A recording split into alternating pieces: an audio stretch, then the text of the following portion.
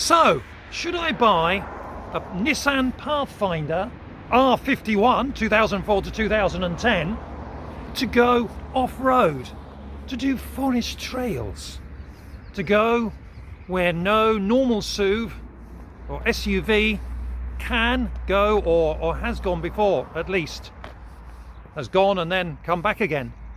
Well, this video is all about that. So if you're in the market to buy a Pathfinder to go off-road, there are lots of other videos that will tell you all about heated seats to keep your butt warm and other superfluous things, then this is your video.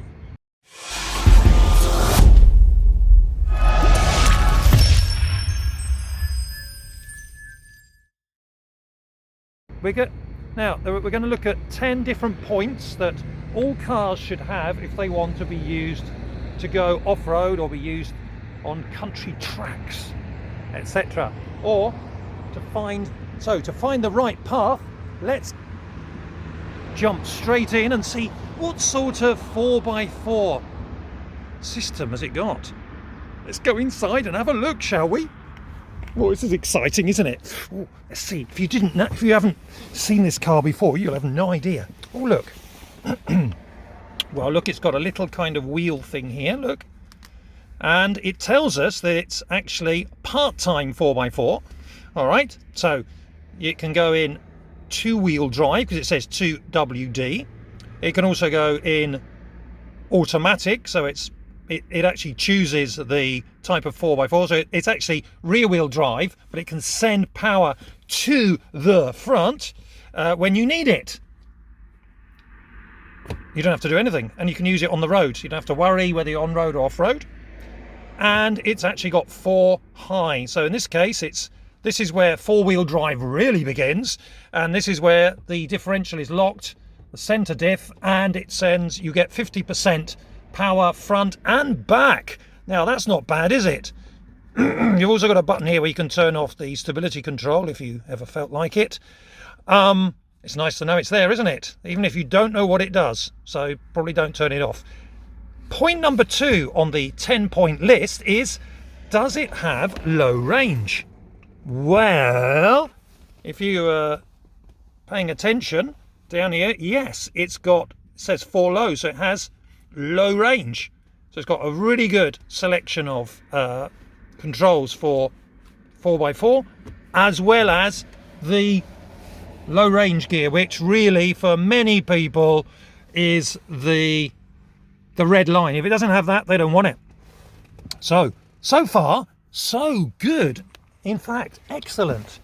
So you've got your 4x4 system sorted. Point 3, looking at my cheat sheet, is, does it have good ground clearance? Well, in fact, yes it does.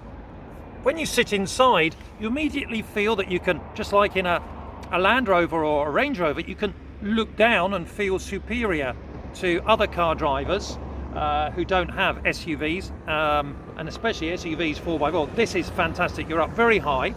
This has got nearly 24 centimeters of ground clearance. Normally, a good ground clearance is 21, and this has got 24. So that's even better, I think. Related to that are the angles. Now, angles are good in many cases, but especially when we have a look at a 4x4, because when you come to rocks and other bumps in the road, etc., it's a good idea to have good angles. So let's have a look at it. Well, I'm going to use my cheat sheet again, and we're going to compare it to a Suzuki Jimny, which they say is one of the best. This has got the approach angle of 33 degrees, whereas the Jimny has 37. Not bad. For a very long wheelbase car, the breakover angle is actually pretty good. It's 24. That's surprising, because these things can belly out or bottom out very easily, going over the crest of a ramp or a slope, etc. So good. And the back, well, let's see, it's got a bit of a butt, if I can say that in these woke days. It's 26. Did I say it was 24 for the breakover? 26 for the butt. or the departure angle. Departures, please. A Jimny's 49. I mean, well, that's just, it has such a little rear end that it's not surprising, but it's got a very big boot, so that's one of the reasons why. So it's actually pretty good, apart from the back. Related to the next thing is, of course, chassis. What type of chassis does this thing have? Well, it's got the traditional ladder frame underneath, which a lot of people who are from the 4x4 world would say is the best. Okay, it can take, it's got pros and cons, but anyway, it can take knocks pretty well without getting damaged. So if you hit the chassis underneath, it's not going to damage the rest of the body because it's not all one piece. It's also got recovery points back and front, so it's got it. You can actually hook it up to your snap strap or winch. Next thing, that was 5. Number 6, solid or independent axles. Well, this one fails in this case. It has 2 independent suspension axles. Well, it has independent suspension rather than solid axles. So the reason this is you want solid normally is because the wheels can hang down a bit further when you go over like holes in the road and things like that.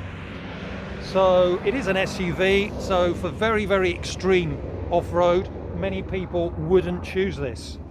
What about the next thing here? Number 7, wheels. Wow, this is a little bit less technical, so I might be able to explain this better. This has got 17-inch. Normally you want sort of maximum 18. The reason is because you want as much height here. The profile has to be a large one, so you don't damage the alloys or well, if you have steels, it doesn't matter. And it's also you can disinflate or let down the tires here when you go off road because it's got such a large profile, and for more grip. It's also very, very wide for an SUV. The original equipment tires are 255. That's pretty wide. That is good. Okay, so just in case you're wondering, is that good or bad? That's good. That's wide. Okay, the wider the better. Normally, think of a tractor, they have wide tires, don't they? Why is that? Because it's good.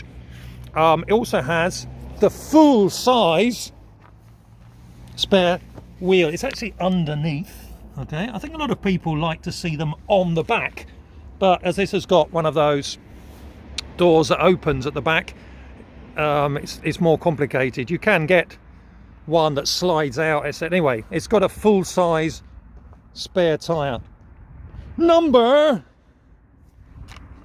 8, the 8th thing. So far we're doing pretty well. This is actually ticking a lot of boxes, or checking them if you're looking in from the United States.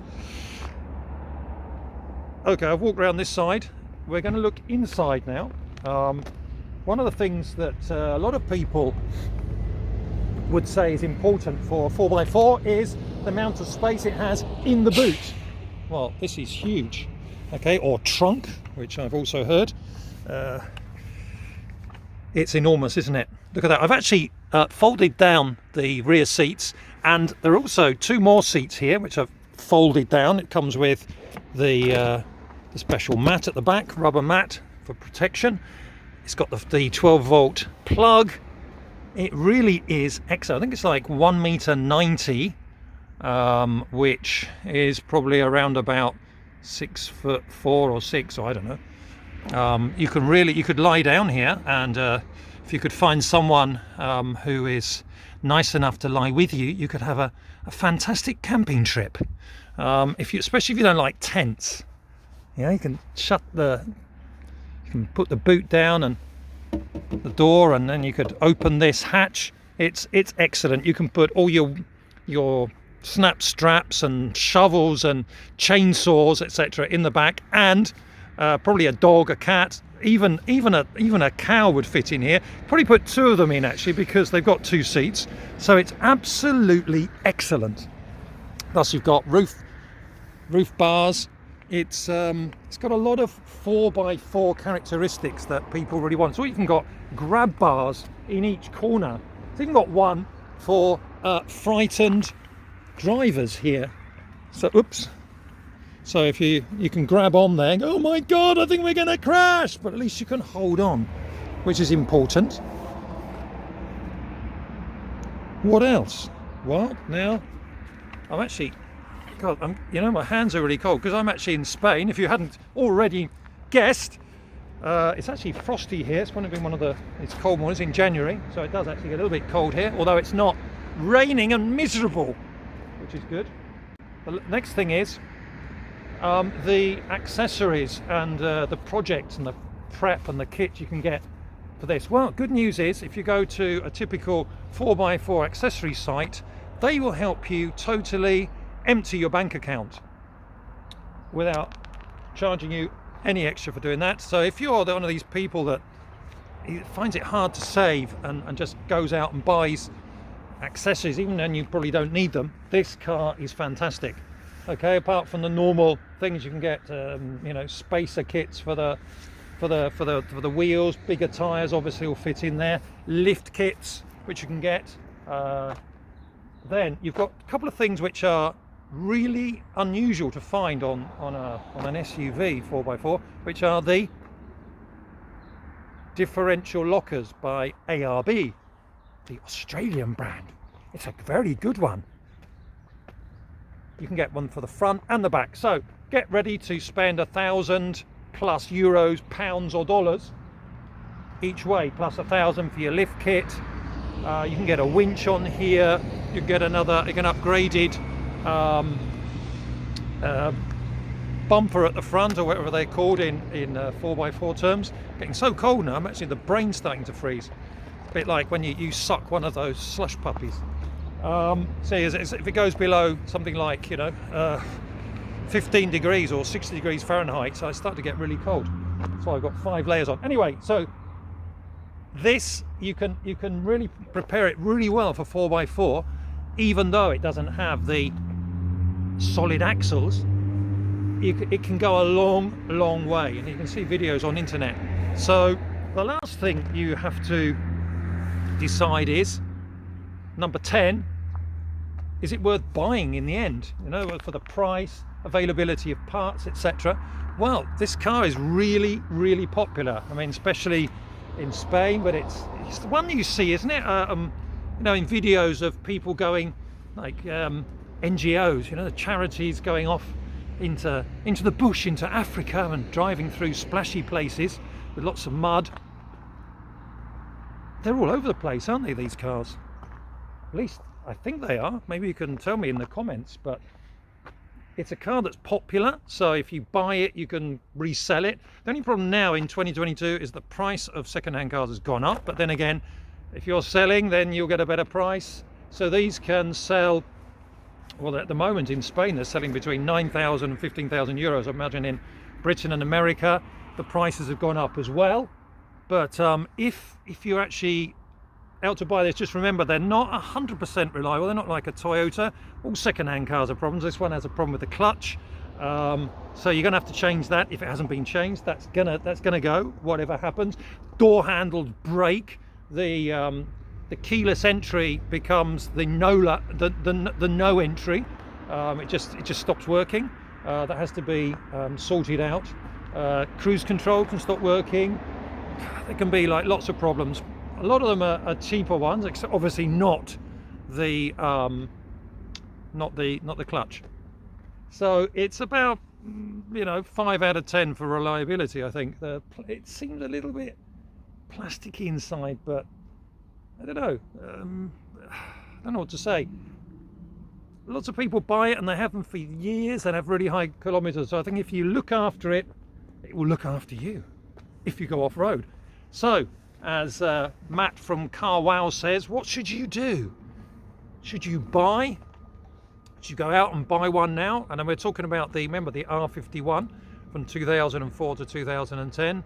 You're gonna think about it a bit, or should you rule it out? Well, I think if you're going to go off, if you want this for off-road, you should definitely consider it, especially if you have a bigger family that won't want to go with you anyway, dogs, or any type of animal, or you just want to go camping with it maybe, and you don't want to do anything that's like totally extreme 4x4. This car is very, very, very capable, especially if you end up spending those 3,000 or 4,000 euros. You can make this into a real beast of a car for 4x4.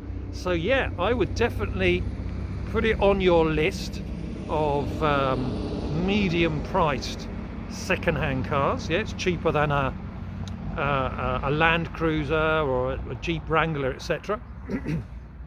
And I think it's a pretty good value for money. If you get a good one, you look after it, and it ticks those boxes I've talked about. So there you go, there's the Nissan Pathfinder. If you like this video, give it a thumbs up, and well, subscribe to the channel, because I'm going to have other ones. You probably notice I've got them in Spanish as well, but I'm going to have one of each. You could practice Spanish, couldn't you?